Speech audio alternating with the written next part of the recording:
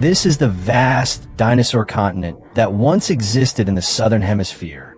A brutal survival competition in this dinosaur-dominated world. Fierce battles between huge dinosaurs are staged almost every day, as darkid pterosaurs fly over the dense vegetation, searching for food. In South America, during the late Cretaceous period, from 72 million to 69.9 million years ago, abundant ferns, gymnosperms, and benedictines, along with fruits, provided sufficient food sources for the animals in this ecosystem. As darkid pterosaurs, circling overhead, hope to find edible food among the herds of herbivorous dinosaurs. The Saltosaurus, which can reach 12 meters in length and weigh more than 7 tons, is feeding. Their backs are covered with unique and regularly arranged hard protrusions. These protrusions make their backs look as if they are covered with a layer of riveted armor, increasing their defensive capabilities. Wherever there are herbivorous dinosaurs, there are predators who usually target these herd-feeding prey. They're being targeted by 2 large theropods. These hunters are carnotaurus, up to 8 meters long, and their heads are equipped with 2 blunt horns, making them look particularly fierce. They were the top theropods in this area at the time. Where Abelisauridae appears, there are gigantic claws of theropods like Ceradocycops and Baryonyx waving around, snatching.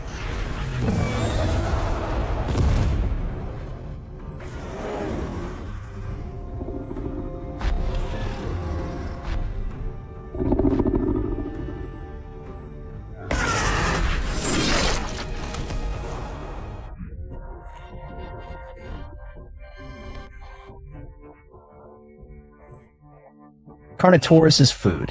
The 8.4 meter long, 1.4 ton Baryonyx is going to fight with the 8 to 9 meter long Carnotaurus, weighing between 1.35 and 2.1 tons. 2 Carnotaurus are going to fight 3 Baryonyx of similar size. In terms of numbers, they no longer have any advantage. The huge forelimbs of Ceradocycops and Baryonyx, combined with sharp claws, are absolute killing machines. Carnotaurus, which has no advantage in body structure. In order to keep the prey, they just hunt it. They can only bite the bullet. In the initial and mid-range confrontation, the 2 Carnotaurus have no power to fight back at all.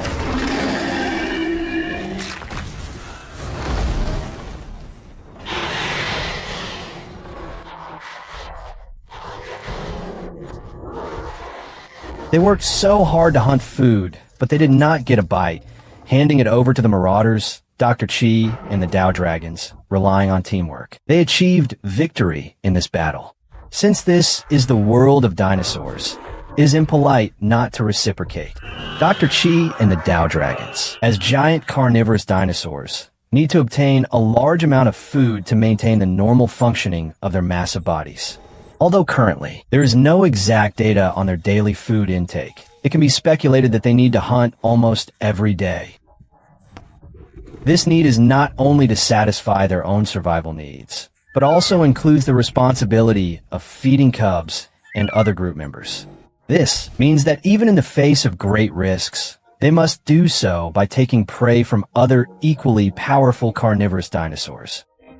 They are known for their remarkably huge forelimbs and are a powerful member of the Tyrannosaurus superfamily. The existence of the Dow Dragon adds more diversity to this group. The continent of South America has nurtured many giant dinosaurs. These slow-moving. Ladies and gentlemen, this is the Titanosaur from the Sierra Barrosa Formation, Pertussaurus rewilli. They reached an astonishing length of 35 meters and a weight of 45 to 5 tons. Their height was comparable to a 6-story building. When foraging, these large dinosaurs could easily reach the tender leaves at the top of the vegetation. They were also the last giant lithostrosian sauropods that lived in the Maastrichtian age of the late Cretaceous. Because herbivorous animals tend to live in groups, giant Pertussaurus also generally lived together in herds. At that time, the Bajo de la Carpa Formation land ecosystem in Patagonia, Argentina, was humid with high rainfall and a high water table. Due to poor drainage, It nurtured a low-altitude forest landscape. A large number of towering trees provided these giant dinosaurs with enough food. With the aid of neck-air sacs, Pertussaurus could easily lift their necks, which were more than 8 meters long, to reach the food at the top of the trees. But they did not develop chewing ability, so they could only rely on a mouth full of rake-like. Their teeth strip leaves into their mouths and swallow them whole. Pertussaurus is known for its enormous appetite. To maintain their enormous bodies, they need to consume up to 10 kilograms of plants every day. These dinosaurs can eat a large amount of leaves in just a few hours, and then the entire group will migrate to the next forest to continue foraging. On this vast southern continent, Pertussaurus can easily find enough food to sustain their living needs. What appears before them is a vast and boundless lush land, where vegetation resources are abundant enough to satisfy the huge appetites of these behemoths. The abundant vegetation on this land provides Pertussaurus with a plentiful food source, allowing them to maintain vitality and health during their constant migrations. Such an ecological environment not only supports the survival of Pertussaurus, but also promotes their population's development and growth. This ecosystem is a kingdom composed of giant carnivorous dinosaurs and enormous herbivorous dinosaurs. In this environment, battle scars are commonplace and attacks are frequent, like the gigantic Pertussaurus. Once they reach adulthood, they're almost invincible in this habitat. But no matter how large they are still at a disadvantage in the laws of nature. As long as a group of animals starts migrating, there will always be disadvantaged ones following. These two had their food stolen by Dracorex and Tau Dragon. A pair of Carnotaurus are following them, hoping to find some opportunities during the Pertussaurus migration. In the southern ecosystem dominated by Pertussaurus, their size makes them the true dinosaur overlords of this land.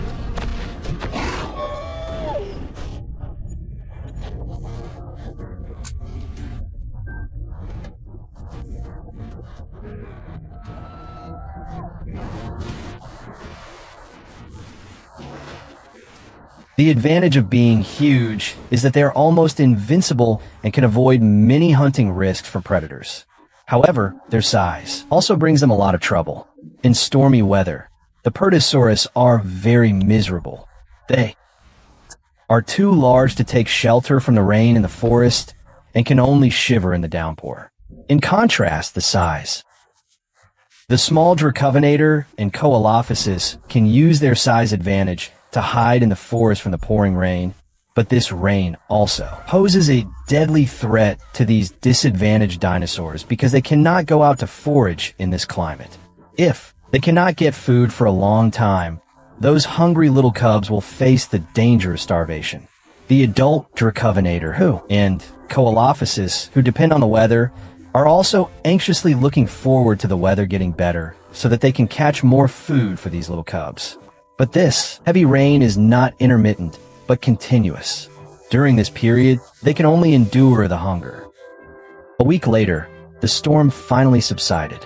The continuous days of wind and rain made the earth look exhausted, but now the sun penetrates the clouds again and shines on the wet ground.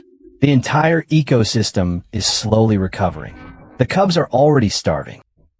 At this critical moment, they discovered a herd of Pertussaurus in the distance.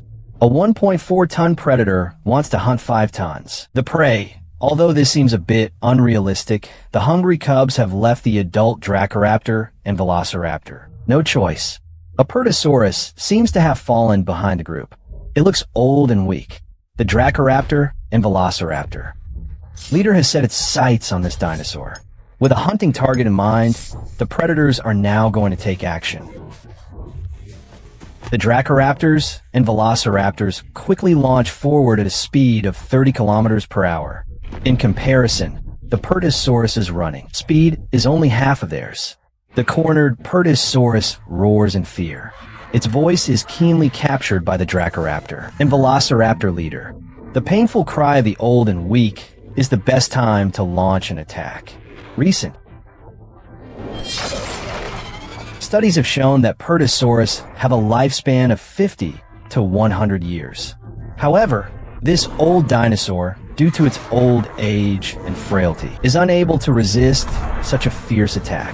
A Dracoraptor and Velociraptor go alone to intercept the Pertussaurus returning to rescue. The old Purosaurus on the ground was too weak to stand up and rescue.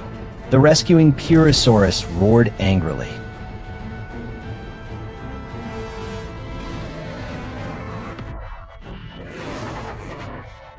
Driving away the Dakosaurus and raptors. But the predator had no way to retreat.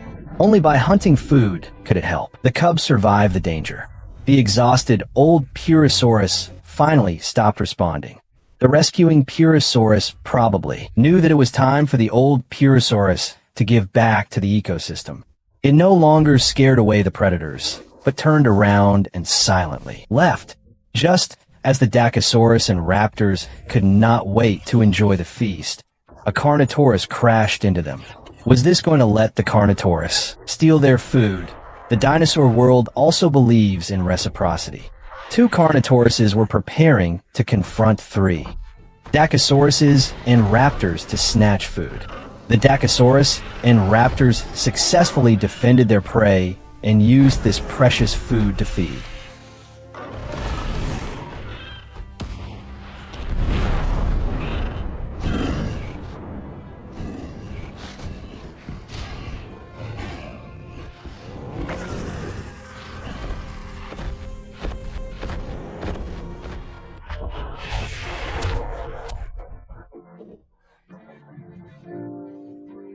Their cubs.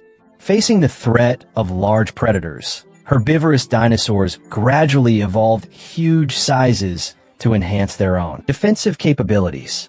To cope with this change, carnivorous dinosaurs also continued to increase their size in order to hunt these large, knowledgeable dinosaurs more effectively.